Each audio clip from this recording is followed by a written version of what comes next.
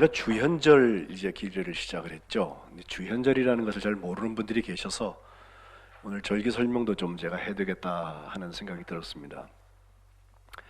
우리는 교회력에서 교회에 절기가 있다 그러면 성탄절하고 부활절 이건 아시죠? 성탄절은 몇 월 며칠이죠? 12월 25일입니다. 부활절은 매년 달라지는데 춘분이 지난 다음에 만월 보름달이 지나고서 첫 주일을 우리가 지켜요. 그래서 음력을 따라가기 때문에 어떤 때는 4월달 저 뒤에 오기도 하고 어떤 때는 3월 저 앞에 오기도 해서 이게 좀 유동적입니다. 그리고 세 번째 절기가 뭐냐라고 3대 절기를 얘기하라고 그러면 어떤 분들은 추수감사절을 얘기하는데요. 그렇지 않습니다. 추수감사는 아주 후에 만들어진 거라고 생각해도 괜찮고 유대 3대 절기인 6월절과 7.7절과 수장절을 볼 때 그게 직접 대입됐다고 보기도 어려운 부분들이 있어요. 그런데 실제로 초대교회에서 어떤 절기들을 지켰나를 보면 오히려 성탄절 얘기는 잘 나오지 않고 제일 먼저 부활절과 그 다음 오순절 성령강림절 그거 그 사람들이 알고 있었어요. 왜냐하면 예수님 승천하신 다음에 10일 후에 성령이 내려서 우리 교회들이 일어난 일이란 날이잖아요. 교회의 생일로 그들이 기억하고 있었고 또 그런가 하면 예수님의 탄생 때는 주현절을 먼저 지켰습니다. 이 주현은 예수님의 생일을 우리가 주민등록 신고하듯이 딱 몇 월 며칠 12월 25일로 예수님 태어나자마자 등록한 게 아니고 후대에 그것을 정하는데 4세기 중반 350년쯤 되어서 로마가 기독교를 허용한 다음에 그 당시 교황이었던 율리우스 1세가 그것을 제정을 하게 되는데 그 전에 이미 주현절, 주님이 나타나셨다라고 하는 것 그걸 훨씬 전부터 지켜왔습니다. 지금 우리는 어떻게 하나 12월 25일을 성탄절로 하면 그때부터 1월 6일까지 주현절도 양력 따라가서 1월 6일이죠. 지난주 월요일이었는데 12날 동안을 성탄절기라고 그래서 예수님이 태어나신 것을 함께 축하하고 축복하고 하는 또 예수님이 어떻게 태어나셨으며 또 우리에게 어떤 분으로 오신 것은 그 구약의 예언들이 예수님을 통해서 이루어졌다고 하는 것을 함께 묵상하면서 해바꿈을 하게 돼요. 근데 우리가 그 송구영신 예배를 비롯해서 해바꿈의 사건이 너무 커서 성탄절은 저 뒤로 지나가 버린 것처럼 되어지고 다시 새해에 새로운 해피 뉴 이어 이걸 자꾸 우리가 하게 되는데 사실은 주현절까지가 성탄절기라고 보아도 좋습니다. 12날을 축하했고 한국에서는 이제 성탄절 전야에 행사들을 많이 해왔죠. 특별히 저도 어려서부터 교회에서 무슨 발표회도 하고 또 그날 밤에는 새벽송이라고 그래서 잠자지 않고 달아다니면서 교우들 가정마다 가서 찬양을 하고 맛있는 것도 먹고 오고 그랬던 좋은 기억들이 있는데 제가 유럽에 살아보니까 저희보다 훨씬 더 먼저부터 믿음 받아들여서 생활을 했던 그 사람들은 오히려 주현절 이브, 주현절 전날을 그와 비슷한 행사를 합니다.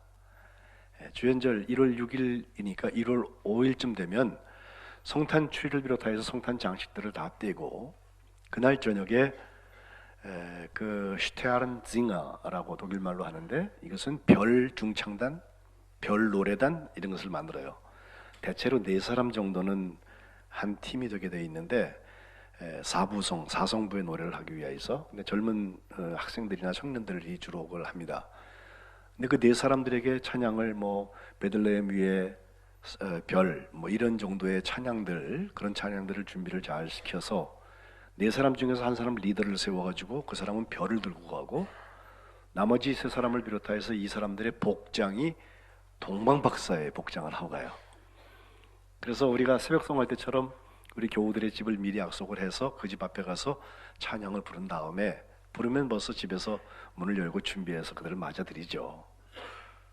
그들이 맞아들일 때 그냥 맞아들이지 않고 아프리카의 빈곤 퇴치 뭐 이런 것들을 위한 나름 기금을 준비해서 봉투에 넣어서 그들에게 전달을 하고 집에 불러서 주현절 케이크라는 게 있어요. 그 향이 아마 황금과 유향과 모략 중에서 모략이나 유향 같은 그런 향이 거기 첨가되는 거라고 그러고, 또 과자도 특별한 걸 구워서 그들을 대접을 하면 그들이 그걸 먹고 인사드리고 나갈 때 집 대문에다가 그 분필 같은 것으로 뭐라고 써놓고 나가는데, 그게 CMB라는 세 개의 글자를 쓰고 갑니다. CMB는 두 종류의 의미가 있다고 그래요. 하나는 동방박사 세 사람이라고 할 때 전통 내려오는 사람이 캐스파, 멜키오, 발타자, 그래서 세 사람의 이름을 CMB 이니셜로 앞에 글자를 써다는 사람들도 있고, 라틴어로 그리스도여 이 집을 축복하소서, 크리스토스 마시오넴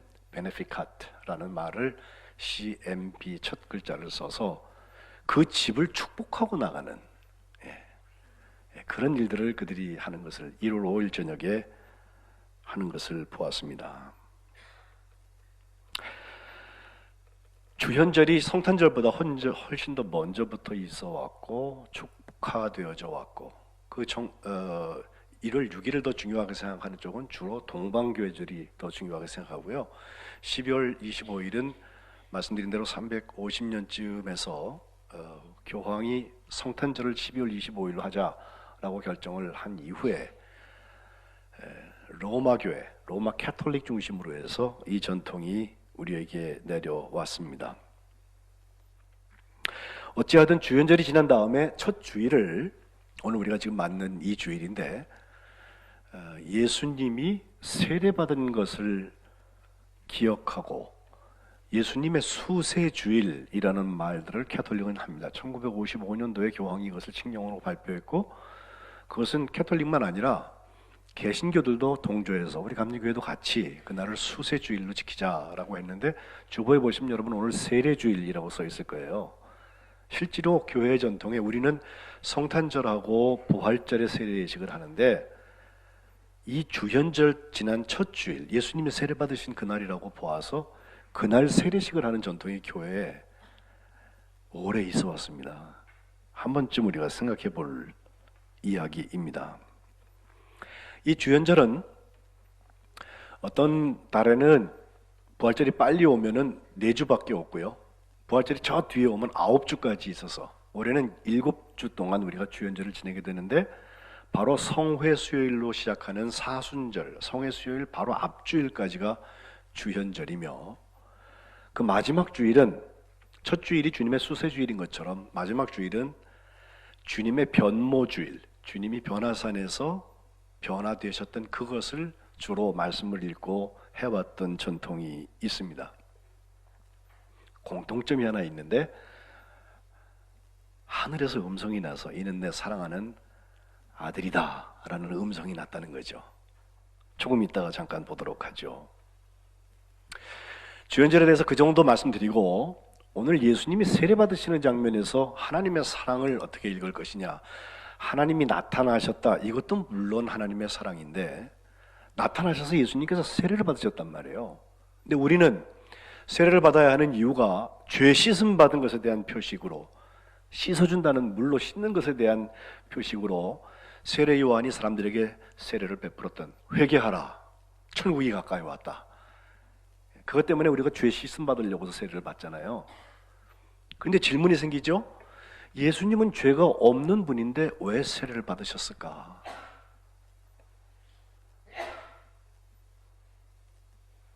역설적이게도 그 속에 하나님의 사랑의 증거들이 들어 있습니다. 오늘 본문 9절에 보니까 그때에 예수께서 갈릴리 나사렛으로부터 와서 요단강에서 요한에게 세례를 받으셨다는 표현이 있는데, 거리가 가까운 거리는 아닙니다. 근데 일부러 예수님께서 세례 요한을 찾아가셔서 저 남쪽에 요단강가에 오셔서 세례를 받으신 장면에 우리가 말씀을 보게 됩니다. 예수님이 성탄하신 것도 사람의 몸을 하나님께서 입으셨다는 것도 같고 우리가 희생이요 또 낮추신 그 자리라고 볼 수 있지만, 그 예수님께서 세례를 받으시러 간 그 장면은 더 말할 수 없는 낮춤입니다. 정작 세례를 베풀어야 되는 세례 요한, 집례자는 그것을 알았습니다. 같은 말씀을 기록하고 있는 마태복음 3장 14절에 보면 요한이 말립니다. 아유, 왜 이러세요? 내가 당신한테 세례를 받아야 할 터인데 당신이 내게로 오십니까? 라고 예수님한테 손사래를 쳤더니 15절 예수님께서 하신 말씀, 이제 허락하라. 지금은 허락하라, 그런 뜻이에요. 우리가 이와 같이 하여서 모든 의를 이루는 것이 합당하다라고 말씀하셔서 요한이 허락하고 예수님을 세례했다는 것입니다. 그 당시 세례는 우리가 지금 세례에 예식하는 것처럼 물을 뿌리거나 물을 조금씩 머리에 얹는 정도가 아니라 사람을 통째로 물에다 넣었다 뺐습니다. 침례죠, 말 그대로. 근데 예수님께서 이것을 허락하라고 하셨고 요한이 또 허락해서 그것을 하셨습니다. 나는 그것을 할 수 없습니다. 오히려 내가 세례를 당신한테 받아야 됩니다라고 얘기하는 요한에게, 세례 요한에게 허락하라고 말씀하시는 예수님, 그리고 그것을 순종하여서 허락했더니 이렇게 함으로 인하여서 모든 의를 이루는 것이 합당하다고 예수님께서 결론을 내려주고 계십니다. 공간복음인 마태, 마가, 누가 말고 요한복음에도 이 이야기가 암시되어져 있는데 요한복음 1장 29절에 보면 요한이 예수님께서 자기에게 오는 것을 보세요. 봐요. 사실 요한복음에는 실제로 세례를 했다는 그 얘기는 따로 나오지 않지만 정황상 보면 나오시는 본 것을 보고서 하는 말이 보라 세상 죄를 지고 가는 어린 양이다 라고 하나님의 어린 영이라고 선언을 한 다음에 설명하기를 내가 전에 내 뒤에 어떤 분이 오실 텐데 나보다 그분이 오히려 앞선 분이다. 왜? 그분은 나보다 먼저 계셨다 라고 한 그분이 바로 이분이다 라고 예수님을 향하여서 손 가리키고 있습니다. 31절 나도 그를 알지 못하였으나 누구라고 내가 알지 못했지만 내가 와서 물로 세례를 베푸는 이 모든 것은 그분을 이스라엘에게 나타내려 합니다 라고 세례 요한은 오히려 신들매를 내가 풀 수 없다고, 신들매 풀음을 감당할 수 없다고 얘기했던 그분 예수님을 소개하고 있습니다. 요한의 입장도 참 곤란했을 거예요. 그런데 그 자리에 겸손으로 찾아가신 분이 예수님이세요. 무슨 기득권이 있습니까? 무슨 따질 것이 있습니까? 예수님이 세례 받으셨어요. 죄 없으신 분이. 이것이 하나님의 무조건적인 사랑입니다. 바라기는 2020년을 사는 동안에 낮아지고 낮아져서 겸손하게 끝까지 낮아지신 예수님을 본받아서 하나님의 사랑이 우리 가운데 임하시기를 주님의 이름으로 축복합니다. 두 번째, 예수님의 세례가 우리에게 가르치는 하나님의 사랑은 사람이라면 죄가 있건 없건, 사실 없는 것은 예수님밖에 없잖아요. 근데 누구라도 사람이라면 죄사함으로 깨끗하게 되어야 한다는 것을 예수님께서 몸으로 체험하면서 보여준 행동 언어였습니다. 목회하면서 세례 받으세요 라고 권할 때가 있어요. 그러면 아멘 그러고서 준비하고 교육받고 문답하고 그리고서 세례를 받는 분들이 계신가 하면 어떤 분들은 아유 목사님 전 아직 멀었어요. 스스로 판단하세요. 이런저런 이유를 들어서 피합니다. 이것 정도는 하고 저거 끊고 그리고서 나중에 세례 받을게요 라고 말씀하시는데 그 나중이라는 게 어느 달력에 있냐 말이에요. 잘 분석해 보면 아직은 세상이 좋은 거예요. 아직은 내게 죄가 익숙한 것입니다. 혹시 은혜라도 받아서 이 모든 것을 질서가 바뀔까 봐 겁이 나고 있는 것입니다. 그렇기 때문에 저는 다시 권합니다. 지금이 기회입니다. 세례를 받으면 하나님께서 기뻐하지 아니하시는 나의 삶의 부분들이 정리될 수 있습니다. 지금이라고 하는 것이 하나님의 기회입니다. 예수님께서 죄 사함으로 누구든지 깨끗하게 되어야 한다는 것을 그 세례 예식을 통하여서 우리에게 보여주신 것은 누구든지 그 하나님의 기회인 지금을 놓치지 말라는 것입니다. 고린도후서 6장 2절에 내가 은혜 베풀 때에 너에게 듣고 구원의 날에 너를 도왔다, 이런 말씀이 있는데, 보라 지금은 은혜 받을 만한 때요, 보라 지금은 구원의 날이라고 사도 바울이 선언하고 있습니다. 세례가 그렇죠? 직분이 그렇습니다. 하나님의 기회는 얼마든지 앞에 있어요. 손 닿을 만큼 가까이 있어요. 그리스 신화에 나오는 제우스의 막내 아들 카이로스라는 신이 있죠. 카이로스는 제가 늘 시간을 얘기할 때 흘러가는 크로노스라는 시간과 달리 카이로스는 결정적인 시간이다라고 말씀을 드리는데, 그 이름을 한 신이 제우스의 막내 아들인데 그 생긴 게 아주 괴팍합니다. 근동지방을 여러분 여행해 보시면 어떤 지역에는요 요것을 파는 데가 있어요. 저도 그래서 하나 사가지고 왔는데 보면요, 먼저는 날개가 있어요.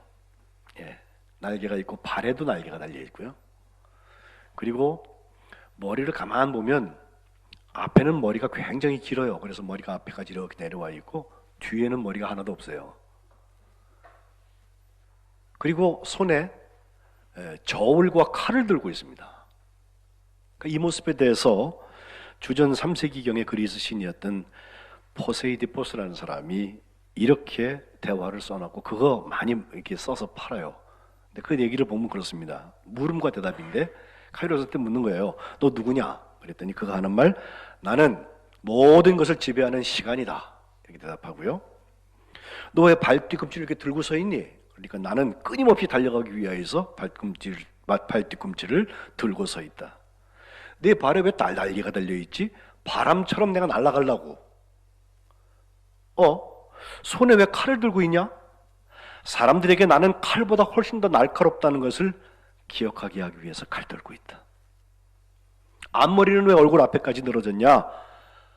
대답하기를 나를 만나는 사람이 그 머리털을 확 붙잡을 수 있게 하기 위해서. 뒷머리에는 머리가 없니?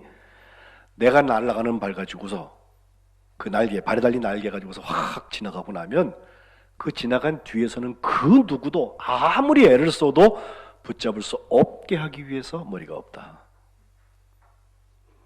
예술가가 너를 만든 이유는 뭐냐?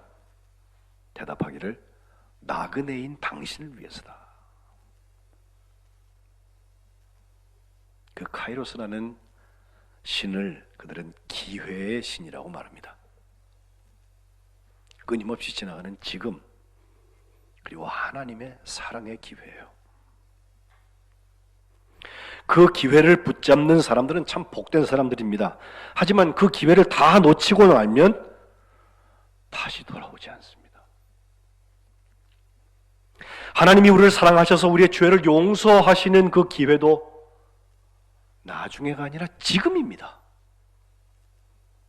다른 기회들은 놓쳐도 좀 만회할 수도 있고 손해가 좀 있어도 뭐 지나갈 수 있는 거니까 괜찮은데, 하나님의 사랑으로 용서받는 기회를 놓치면 복구가 안 돼요. 올해 성민교회가 하나님의 사랑을 용서로 풀고 있는 이유는 여기에 있습니다. 하나님 앞에 우리 모두가 용서가 필요한 사람들이고, 예수님은 세례를 받는 사건을 통하여서 모든 사람들은 죄 용서를 받기 위해서 씻음받아야 된다고 행동으로 우리에게 말씀해 주고 계신 것입니다. 목사님, 저는 옛날에 세례 받았어요. 알아요. 저도 유아 세례 출신이고 이제 이번 주에 만 58세가 됩니다.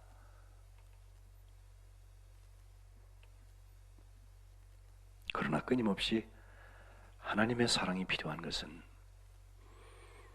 여전히 용서의 은총이 필요하기 때문입니다.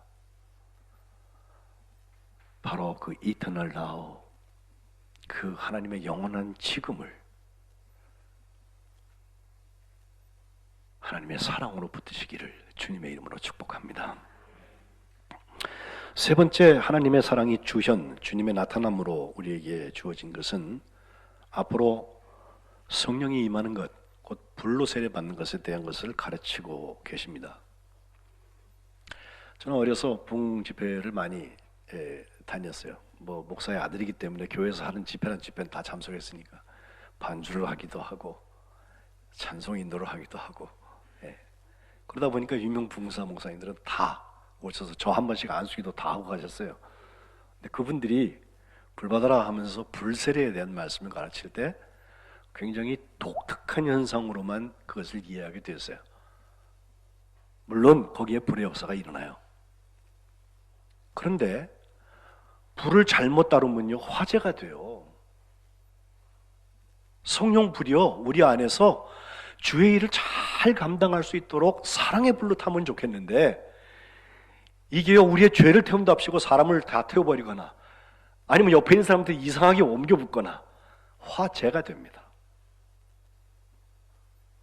주님이 물에서 올라오실 때, 오늘 10절에 보면 하늘이 갈라지면서 거기 성령이 비둘기같이 예수님한테 내려오시는 것을 예수님이 보고 계십니다. 세례 요한이 그 많은 사람들에게 참 독서를 해가면서, 독사의 자식들아 이래가면서 말이죠, 회개하라 천국이 가까웠다. 누가 진노를 피하라고 했냐? 지금 회개하지는 안 된다고 회개의 메시지를 전하고 그들에게 다 세례를 했는데, 나오는 사람을 다 세례했는데 한 번도 보지 못한 일이 일어났어요. 하늘이 갈라지면서 성령이 비둘기처럼 내려오는 거예요. 요한복음에도 1장 32절에 요한은 이렇게 증언합니다. 내가 보니까 성령이 비둘기같이 하늘로부터 내려와서 그의 위에 머물렀다. 내가 세례를 하는데 성령이 그에게 임하는 것을 자기가 보았다는 거예요. 33절, 나도 그를 알지 못하였으나 나를 보내어서 물로 세례를 베풀라고 하신 그분 하나님께서 나에게 하신 말씀, 성령이 내려서 누구 위에 머무는 것을 보거든 그가 곧 성령으로 세례를 베푸는 이인 줄 알라고 하셨기에 내가 보고, 예수님을 세례할 때 내가 보고 그가 하나님의 아들이신 것을 증언했다 라고 말씀하고 있습니다.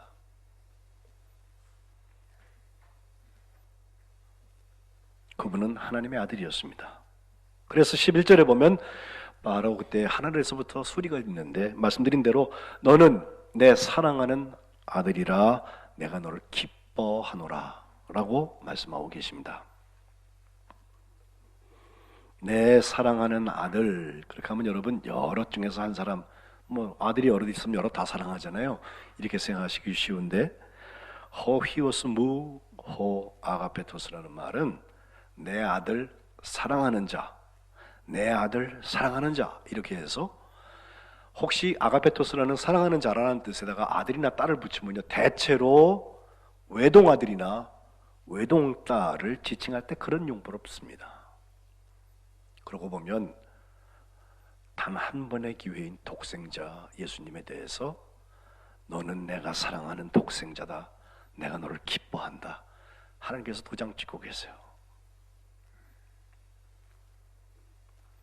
변무산 때에도, 변화산에서도 마가복음 9장에 보면 여기에 초막셋을 짓고 하나는 엘리야를 위하여서 하나는 모세를 위하여서, 물론 하나는 주님을 위하여서 했으면 좋겠다고 말했던 베드로의 이야기는 마가복음 9장 6절에 보면 너무 무서워서 무슨 말을 할지 몰라서 했던 말인데, 바로 그때 구름이 몰려오면서 7절에 그 구름 속에서 소리가 나는데, 이 구름도 하나님의 현현을 말합니다. 마치 모세 때 하나님께서 구름 속에서, 바람 속에서 그를 만나셨던 것처럼 하시는 말씀은, 이는 내 사랑하는 아들이니 너희는 그의 말을 들으라 라는 음성을 그들이 듣습니다. 그 음성 듣고 나서 돌아보니까 보이던 모세, 엘리야 다 없어져 버리고 오직 예수님하고 세 제자 베드로와 야고보와 요한만 남았다는 것입니다. 이것에 대해서는 제가 우리 주연절 마지막 주일에 한 번 더 말씀을 나누려고 하는데, 주님이 나타나셨다고 하는 것, 특별히 세례의 자리에서 너는 내 사랑하는 아들이다, 내가 너를 기뻐한다, 하나님이 확증해 주신 것, 이것이 우리들의 세례의 의미입니다. 오늘 우리 연주가 있어서 제가 말씀을 마무리하려고 하는데, 오래전에 카타콤 초대교회들이 모여있던, 지금 우리가 다 지상에 올라와서 이렇게 예배를 드리고 있지만, 그때는 숨어 다니느라고 순교하지 않으려면 저 지하 무덤에 들어가서 예배했어요. 숨어서 물고기를 그려가면서 예수 그리스도가 하나님의 아들이고 나의 구세주라는 얘기를 사인을 해가면서 들킬까봐, 물론 순교하면 하는 거지만 일부러 잡힐 필요는 없잖아요. 카타콤 지하 동굴 하나가 발견이 되었는데, 그 속에 거기서 믿음 생활하다가 죽어간 사람들 무덤마다 숫자들이 쭉 기록되어 있는데, 대체로 2개가 기록되어 있습니다. 우리도 태어난 해와 죽는 해를 쓰는 것처럼 몇 년에 나서 몇 년에 돌아가신 누구다 정도로 이름을 썼는데, 어느 한 섹터를 가니까 거기에는 무덤이 잔뜩 있는데 숫자가 2이 있지 않고 하나가 있는 거예요. 몇 년 딱 하나 써 있습니다. 발굴한 사람들이 이것이 태어난 해일까 혹은 죽은 해일까, 그런데 그 섹터 한 구석에 기록되어 있기를 Birthday in Christ, 그리스도 안에서 태어난 날이라고 기록하고 있습니다. 세례 받은 날입니다. 거듭난 날입니다. 하나님의 사랑이 그를 만나주신 날입니다. 그 날이 있으면, 이 땅에 있으면 이 땅에서 하나님의 사랑 때문에 좋고, 주님 부르셔서 때가 되어서 가면 거기서 좋아요. 그 날이 없는 사람은 아무리 오래 살고 세상 것을 다 누려도 때가 되면 갑니다. 하나님의 사랑은 우리를 다시 한번 이 믿음의 자리, 소망의 자리, 그리고 하나님의 사랑의 자리로 초대하고 있습니다. 주님이 나타나셔서 공생애에 제일 먼저 세례 받으셨다고 하는 것, 우리가 기억해야 할 것입니다. 세례는 왕년의 사건이 아니라 지금 나를 지탱해주고 나에게 하나님의 사랑을 열어주는 힘입니다. 2020년도에 이 세례받고 거듭난 증거를 가지고 하나님의 사랑을 살아가시기를 주님의 이름으로 축복합니다. 기도하겠습니다.